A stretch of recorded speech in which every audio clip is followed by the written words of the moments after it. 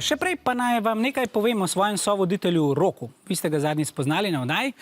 Poleti sva skupaj snemala en skeč, kjer smo morali vodne športe izvajati na suhem. Jaz sem supal, on pa je moral plavati po travi. Se boste kmalu videli. In on je to svoje skakanje in plavanje vzel tako zelo resno, da je imel travo na koncu v laseh, v očeh, zobeh in tudi v želodcu. Hecno, ne? Zdaj pa dobro poslušajte vprašanje. Kaj sem pravkar počel z Rokom? A. Vlačil sem ga po zobeh. B. Imel sem ga v želodcu. C. Skočil sem mu v lase. Ali D. Metal sem mu pesek v oči.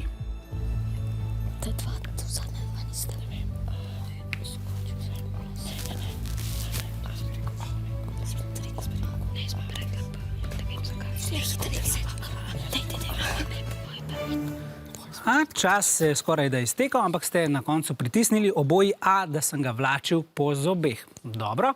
Ja, pa poglejmo, kaj sem ravnokar počel z Rokom. Slovenski jezik pozna precej frazemov, v katerih nastopajo deli človeškega telesa. Metanje peska v oči pomeni nekoga zavajati oziroma mu prikrivati resnico. Imeti nekoga v želodcu pomeni do nekoga čutiti odpor oziroma ga ne marati.